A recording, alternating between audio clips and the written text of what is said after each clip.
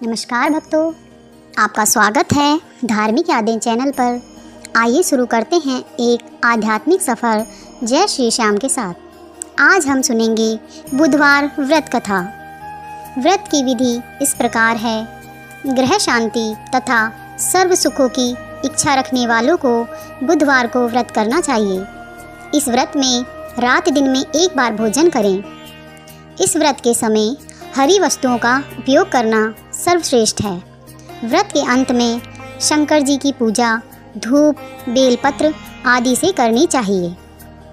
बुधवार की कथा सुनकर आरती के बाद प्रसाद लेकर जाना चाहिए। बुधवार व्रत कथा। एक समय एक व्यक्ति अपनी पत्नी को विदा करवाने के लिए अपनी ससुराल गया। वहाँ पर कुछ दिन रहने के पश्चात सास ससुर से विदा करने के लिए कहा, किंतु सबने कहा कि आज बुधवार का दिन है, आज के दिन गमन नहीं करते। पर वह व्यक्ति किसी प्रकार न माना और हठ धर्मी करके बुधवार के दिन ही पत्नी को विदा करके अपने नगर को चल पड़ा।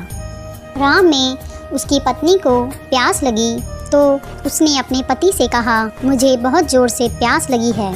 तब वह व्यक्ति लोटा लेकर रथ से उतरकर जल लेने चला गया।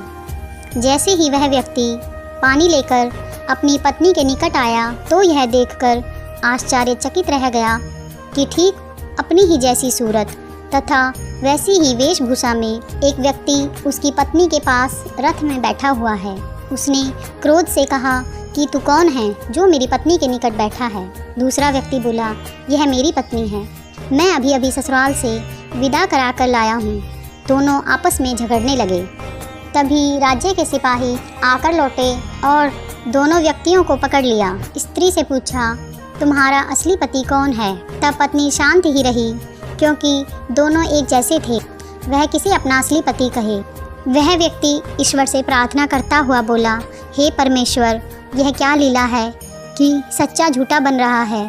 तभी आकाशवाणी हुई कि मूर्ख, आज बुधवार के दिन तुमने गमन नहीं करना था, तूने किसी की बात नहीं मानी।